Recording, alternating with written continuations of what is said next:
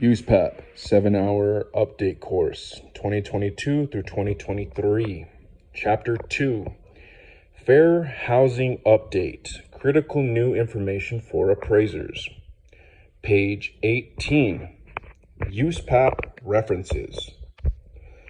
USPAP references that are relevant to the previous discussion on disparate treatment include Preamble, line 35. USPAP does not establish, that's highlighted,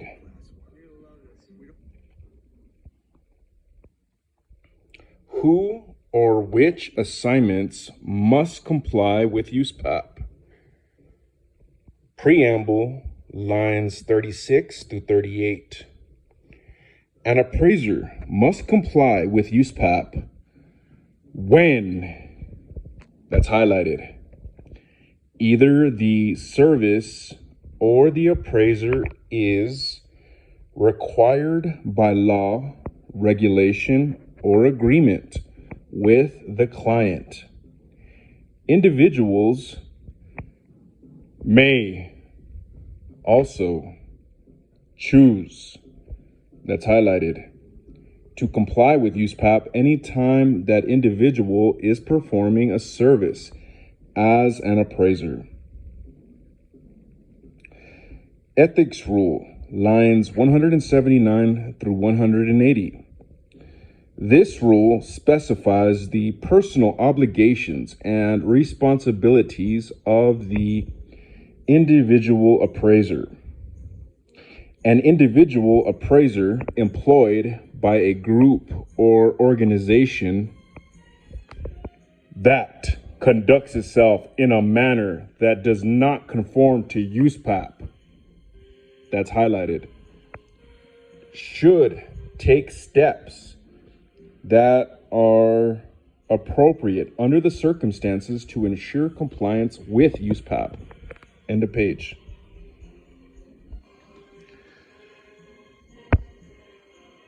Quiz. Number 1. An appraiser indicates in an appraisal report that the subject property is in an inner city neighborhood that is crime-ridden. Which statement is true regarding this situation? Ready, set, go. A, the appraiser only needs to include the crime statistic in the report to be able to use the words crime-ridden in a legal and appropriate way. B, there is nothing wrong with using these terms. C, the terms are potential code words that could be considered evidence of discrimination. I had to go fast because I'm on a timer when I do that. I already knew what the answer was. So remember, an appraiser indicates in an appraisal report that the subject property is in an inner city neighborhood that is crime-ridden. Which statement is true regarding this situation? You said these terms are potential code words and could be considered evidence of discrimination, and that was correct.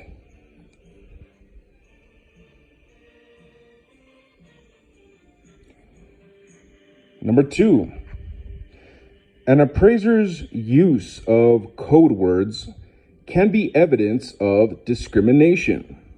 According to the FHFA, examples of potential code words include, I might just haul ass through this real quick and answer it and then go back and review it. Ready, set, go. Lack of pride of ownership, crime-ridden neighborhood, inner city neighborhood, all these are potential code words. All right, got it right. Okay, so remember, an appraiser's use of code words can be evidence of discrimination. According to FHFA, examples of potential code words include A, lacking pride of ownership. B, crime-ridden neighborhood. C, inner city neighborhood? Or D, all of these are examples of potential code words? You picked D, and that was correct.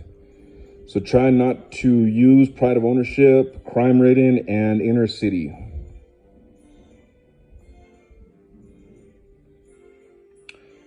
Page 19, disparate impact.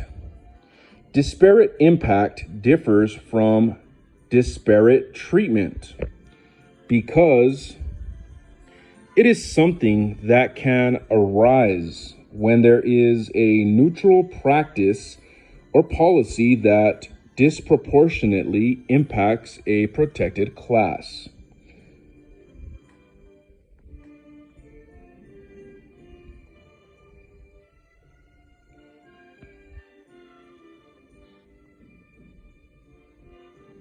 Under disparate impact, plaintiffs who allege discriminatory effects do not have to show discriminatory intent. As the Supreme Court has explained, in contrast to a disparate treatment case, where a plaintiff must establish that the defendant had a discriminatory intent or motive.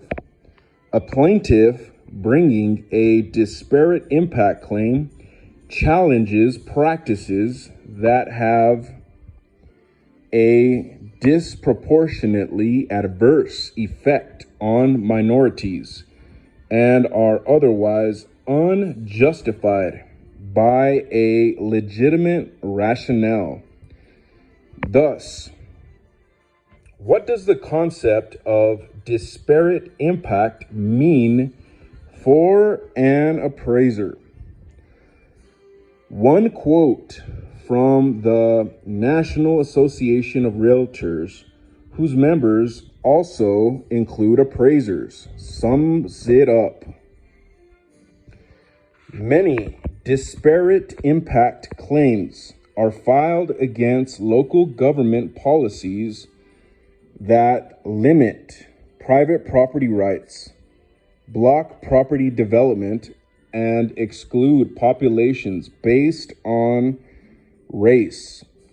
To protect against liability, housing providers should ensure that there is a legitimate business necessity for any policy or practice that has a disparate impact on a protected class, and that such business necessity cannot be accomplished by an alternative policy with a less discriminatory effect.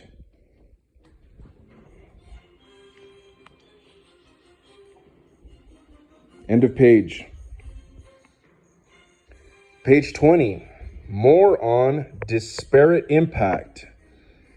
The FDIC has stated that it has been clearly established that proof of lending discrimination using a disparate impact analysis encompasses several steps.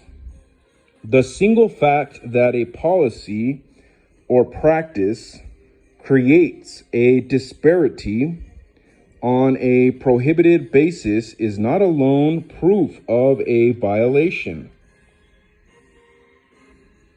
Where the policy or practice is justified by business necessity and there is no less discriminatory alternative, a violation of the FHACT or the ECOA will not exist.